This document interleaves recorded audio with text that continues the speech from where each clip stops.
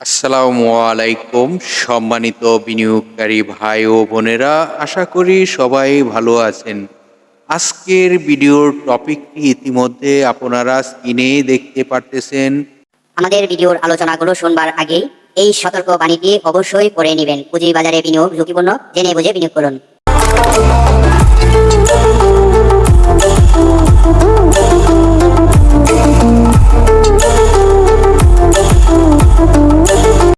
দেখুন, আজকের ভিডিওর টপিকটি খুব দুঃখের সাথে আপনাদেরকে জানানো হচ্ছে যে বিনিয়োগকারীদের ভাগ্যে কি রয়েছে।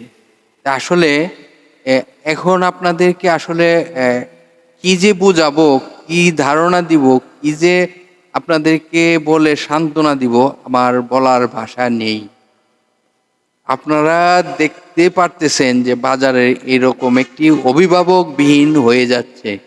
তো বাজারটি কি আমাদের নিয়ন্ত্রণ সংস্থা পক্ষ থেকে সামান্য একটি সাপোর্ট দিয়ে পরে কি আর সাপোর্টের কেউ রইল না?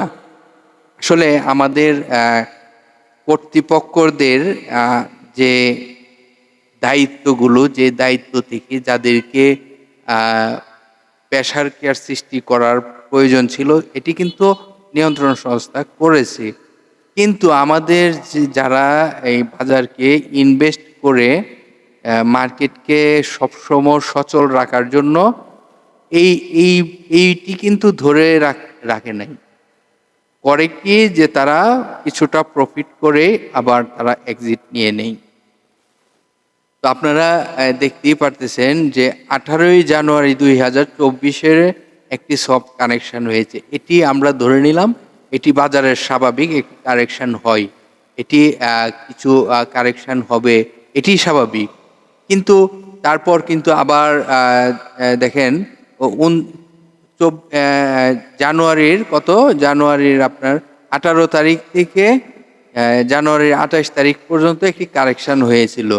যে কারেকশনের পর কিন্তু আবার 29শে জানুয়ারি মুভমেন্টে মানে ইউটার্নে গেল, একেবারে 11ই ফেব্রুয়ারি পর্যন্ত কিন্তু ভালো একটি মার্কেট এবং ভালো ভলিউম এবং বাজারে কিন্তু একটি ভালো রেকর্ডও সৃষ্টি করেছিল।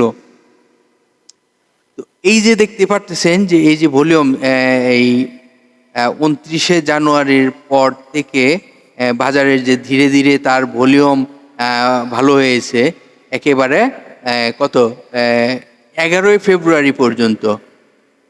আবার 11 ফেব্রুয়ারির পর থেকে 12ই ফেব্রুয়ারি থেকে আবার কি হলো, বাজারের এমন কি দুর্যোগ শুরু হলো যে বাজারের এইরকম পতন হবে। এই যে দেখুন 12ই ফেব্রুয়ারি থেকে এই যে পতন শুরু হলো একদম 19শে মার্চ পর্যন্ত।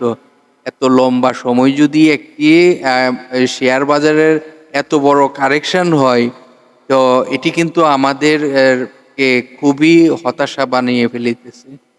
তো আমাদের কিন্তু আমরা আশাই ছিলাম যে যেহেতু এখান থেকে দেখুন 6068 থেকে কিন্তু বাজার ঘুরে গিয়েছিল, ঘুরে কিন্তু বাজার কোথায় গিয়েছিল, বাজার কিন্তু একেবারে 6471 থেকে আবার নেগেটিভে আসে। তো কারেকশন, এটি আমরা কারেকশন বলতে পারি, যেহেতু এই যে একটি আপ ট্রেন্ড হয়েছে, আপ ট্রেন্ডের পরে কিন্তু একটি কারেকশন হয়। কারেকশনটি এই যে এই জায়গায় এসে কিন্তু একটি তার ইউটার্ন শুরু হওয়ার মতন একটি পরিস্থিতি হয়েছিল, কিন্তু এখান থেকে আবার সে কারেকশন হয়। তারপর কিন্তু আমরা ধরে নিয়ে গেছিলাম যে আবার মনে হয় 5078-এ আসতে পারে। তো আমরা এর আগেও কিন্তু আরেকটি সাপোর্ট পেয়েছিলাম, যেটি 6130। এটির থেকেও আমরা ভাবছিলাম যে এখান থেকেও ঘুরে যেতে পারে। এখানেও যে ক্যান্ডেলটি তৈরি হয়েছিল সেটি কিন্তু আমাদেরকে আশ্বস্ত করার মতন একটি ক্যান্ডেল হয়েছিল। তখন কিন্তু বায়ার ক্রিয়েট হয়েছিল, যে বায়ার ক্রিয়েট হওয়ার কারণে কিন্তু এরকম একটি ক্যান্ডেল তৈরি হয়েছিল এবং তখন কিন্তু একটি বোঝার অবস্থান তৈরি হয়েছিল যে মার্কেট এখান থেকে ঘুরতে পারে।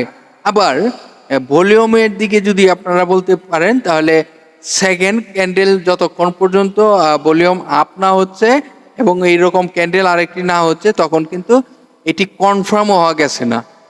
কনফার্ম না হওয়ার কারণেই কিন্তু সেটি আবার কারেকশন হয়। তো যে কারেকশনটি একেবারে 6,000 5,812 চলে আসে।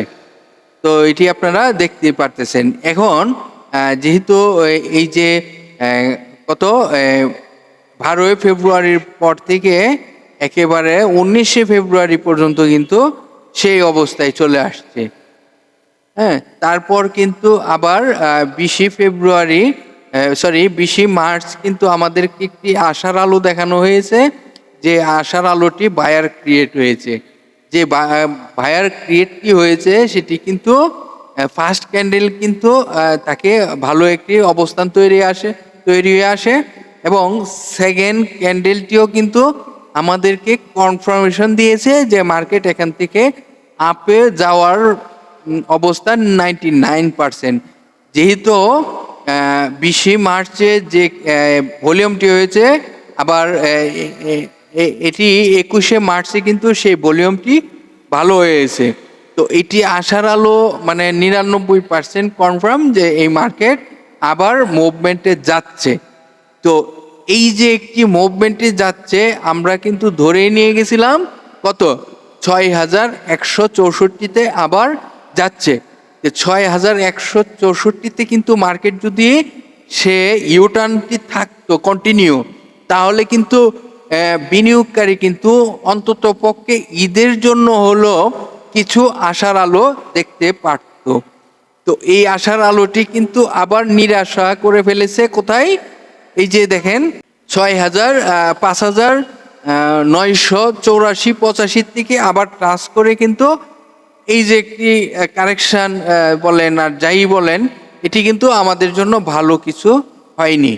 আবার গত কার্যদিবসে সোমবারে কিন্তু যে ভলিউমটি হয়েছে সেটিও কিন্তু ভালো হয় নাই। তো আমাদের এই যে একটি অবস্থান তৈরি হয়েছে, সেই অবস্থানটি কিন্তু ভালো কিছু নয়। তো এটি আমরা কি যে বলবো, আমাদের জন্য কিন্তু ভালো কিছু হলো না। তো এটি আমরা বলবো প্রতিটি বিনিয়োগকারী ভাই বোনেদেরকে, এখন আপনাদেরকে কি বলে সান্ত্বনা দিব সেটি আমার বলার ভাষা নেই। তবে এখন আপনার হাতের স্টকও কিন্তু সেল করতে পারবেন না, কারণ আপনার সেল প্রেসারে কিন্তু মার্কেট এই যে তলানিতে চলে আসছে। তো কিছু কিছু ব্যক্তিরা কিন্তু ফায়দা লুটার জন্য কিন্তু আপনাকে সেল প্রেসার দেখায়, আপনিও কিন্তু সেল প্রেসারে পড়ে যান। তো এই অবস্থা থেকে এখন আমাদের যদি এখন আরো কারেকশন হয়, তাহলে আমাদের সাপোর্ট কিন্তু 5,812।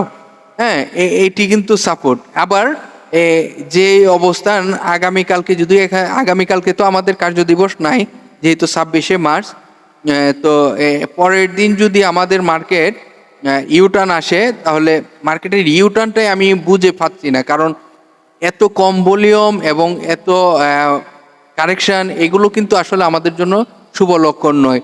তবে যদি ইনভেস্টর ইনভেস্ট করে, তাহলে কিন্তু আমাদের মার্কেট যে কোনো জায়গাতে ঘুরে যাওয়ার সম্ভাবনা থাকে। তো আমি চাইবো নিয়ন্ত্রণ সংস্থা যেভাবে হোক, রিকোয়েস্ট করে হোক, প্রেশার কেয়ার সৃষ্টি করে হোক, ইনভেস্টমেন্টদেরকে ইনভেস্ট করাতে হবে। আর বিনিয়োগকারীর ইনভেস্ট যেটি আছে, বিনিয়োগ করে থাকে, এটি বিনিয়োগকারীদের আর বিনিয়োগ করার আমার মনে হচ্ছে যে কারো হাতে এইরকম এবিলিটি নেই যে আবার নতুন করে বাজারে বিনিয়োগ করার মতন হাতে এবিলিটি নেই। তো এখন আপনাদের এই নিয়ন্ত্রণ সংস্থার এটি এগিয়ে এসে যাদেরকে বিনিয়োগ ইনভেস্ট করালে বাজারের ভালো হবে, তাদেরকে ইনভেস্ট করাতে হবে। তো আজকের মতো এখানেই থাকেন। আশা করি আপনারাও দোয়া করবেন মার্কেট ভালো হোক। ইনশাল্লাহ আগামী দিনগুলো যেন আমরা ভালো মার্কেট দেখতে পারি।